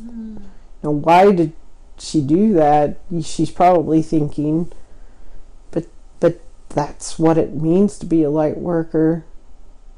Yeah. You have to be courageous. How can she create more? Thank you for that. How can she create more peace or balance or abundance in her life? She needs to create her own oasis. We keep giving her visions of it. She's gonna almost make her own microclimate. She knows this. She knows she doesn't like the heat, but she loves the mountains. Yes. And she's learning how to put certain plants and water features and things together that'll make it cooler in the space she's creating, so that she's not as overwhelmed with the heat. And some of it's not going to make any sense to people, and she knows that. But she knows she's not at the right place to do it. It's not going to be built where they're at right now. So she's waiting for the location. Yes. She knows where the location is. It already has its own beginnings of a microclimate, and she loves it there because it's cooler to her, or it feels cooler to her. She doesn't like heat. She doesn't like, this summer is not good for her. She doesn't like it because she doesn't want to go outside. But Seattle was too wet and cold. So she's going to make her own. And it's just getting everything lined up to get her where she needs to be. She's going to host a music festival. Beautiful. Is karma or a past life holding her back in this life, she asks? This was her first super traumatic life.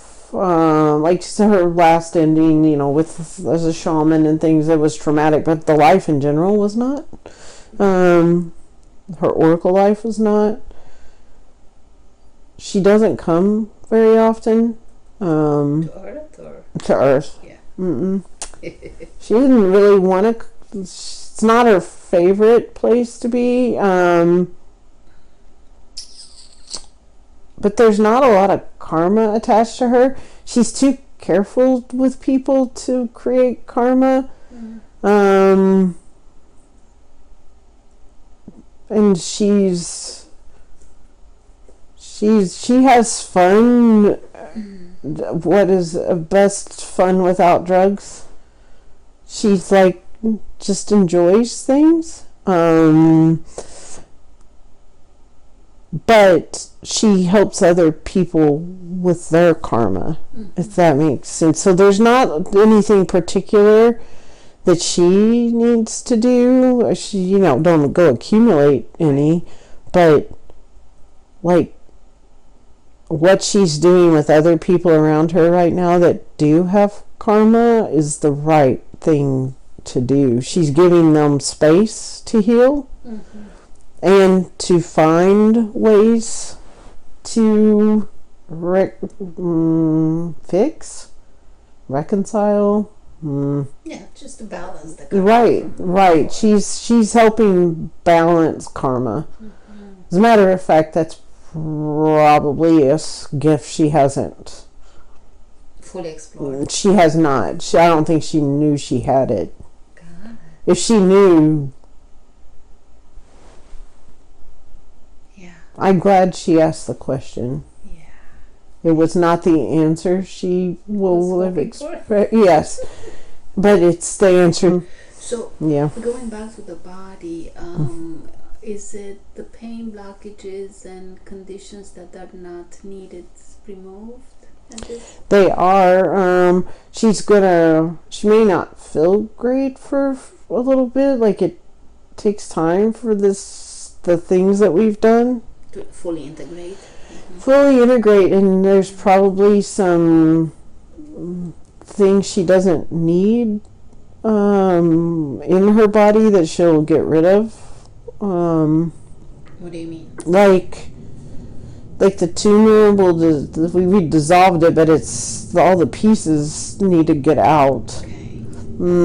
And her teeth, they're now numb instead of painful, and it'll continue to get better over the next few days. And then her eyesight, it's going to slowly come, clear up, and everything's been done. It's just rewiring the brain. Sometimes it takes a while for the brain to accept that it's not the way it was. And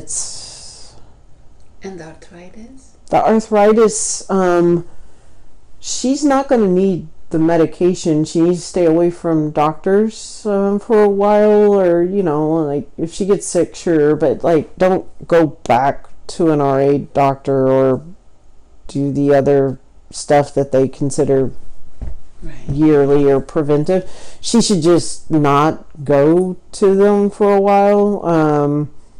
And she's going to, with the medication, if she wants to add, like I said, vitamins or things like that to her stuff, she can choose some. But she has, this body's in a good state. It just, but the RA, it's gonna dissolve itself. She's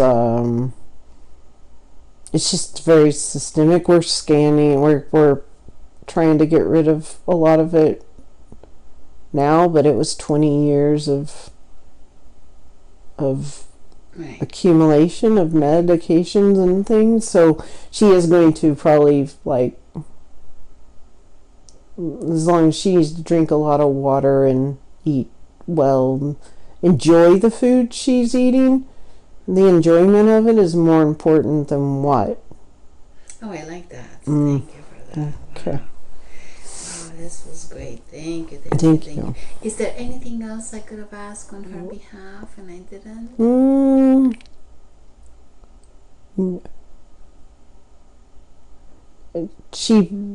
She's gonna, if she feels pain in the next couple of days, she just needs to know that it's things leaving the body that we've healed and cleaned, and that we're probably going to continue to do some things over the next 24 to 48 hours. She wasn't hard on this body. It's just she's hard. She's a light being inside of a body. So talking about that, light being inside of a body, aren't we transitioning from like a carbon-based into a crystalline, more of a light? Yes, but there's some of you that are you're having to create that. The later generations are going to have an easier time of it than the bodies that you're in, because you all set the stage for that change. Yes. She's and others are going to find it to be a little bit more uncomfortable, but her vibration is hard on a body because it's like she vibrates higher than this body is really made for. Oh, I see. So part of the reason that the change in the body structure that we're making is to crystalline is to be able to handle that high of a vibration. So she was vibrating herself to death. Not the best way to say it, but like... Wait. So when we're gonna, talking about that, when we're gonna be ending this life, our time is coming to go on the other side. How will the body be different? From what it was when we were kids or young? Right, yeah, like... The DNA, the structure of it, this has been in the DNA for quite some time. It's just the bodies, when you create a body for Earth, it's like we knew certain ways to do it, and we're learning new ways now. And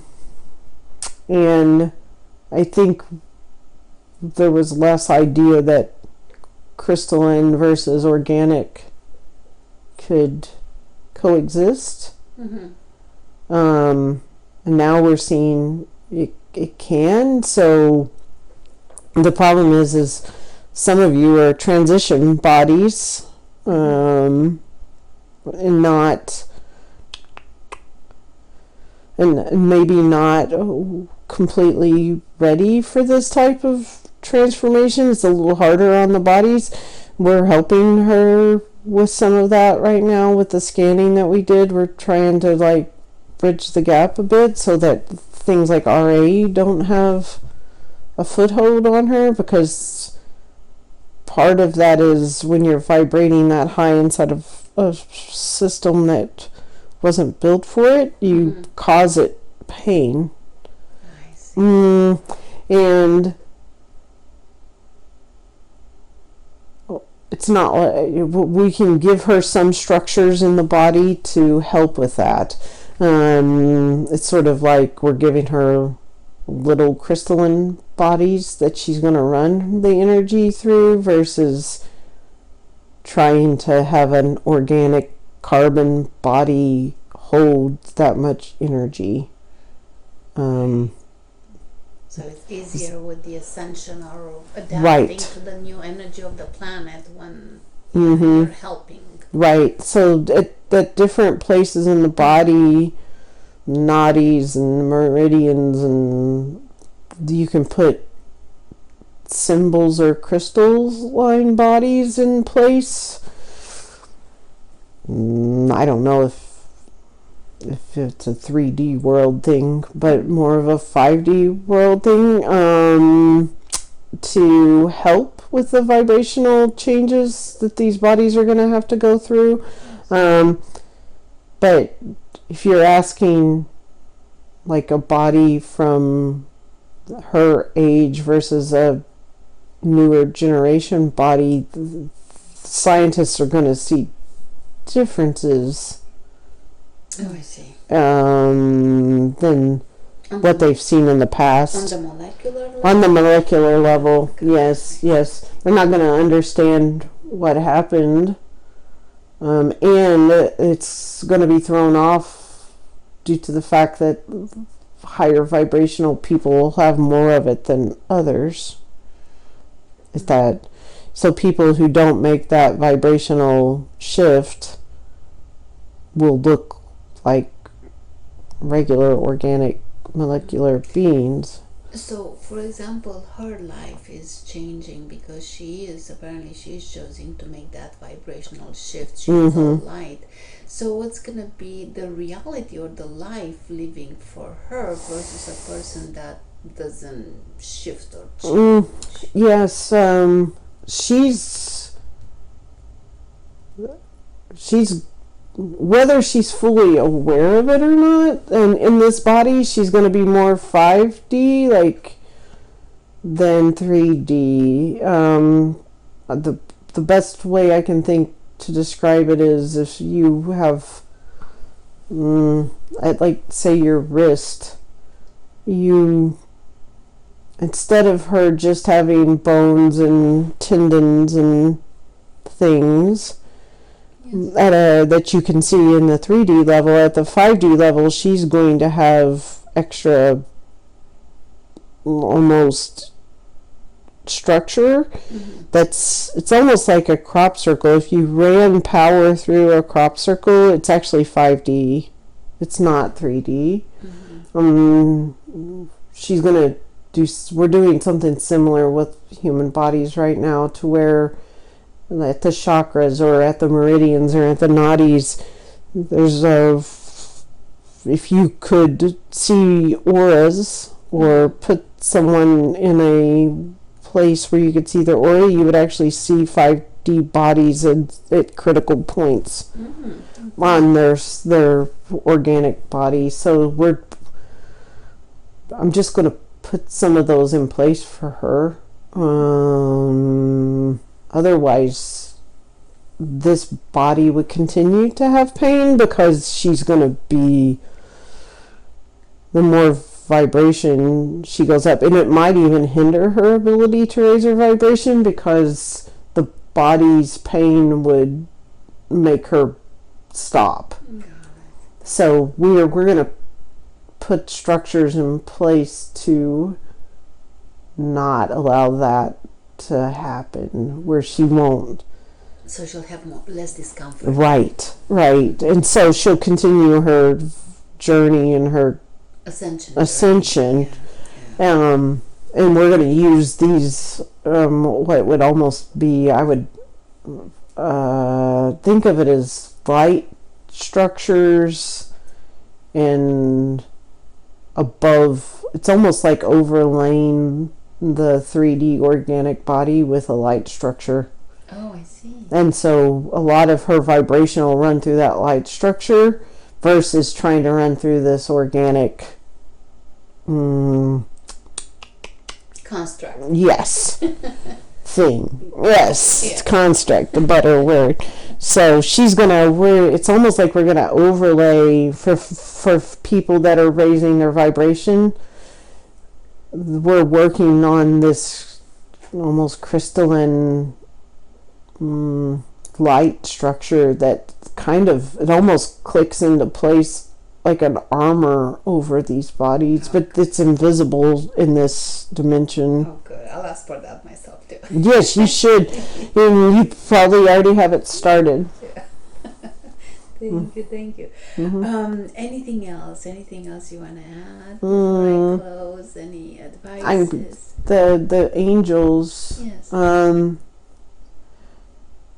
They want to talk right now. Okay. They feel like we're at a critical point. Okay. There's a lot of negativity happening in the world to try to hinder how many light workers come into full vibration. Okay. And we wanted her to see the hiring angel idea, and she caught it, and we need more people to catch that, because you need all the help you can get here on this plane. So wanted to remind, we want others to know that.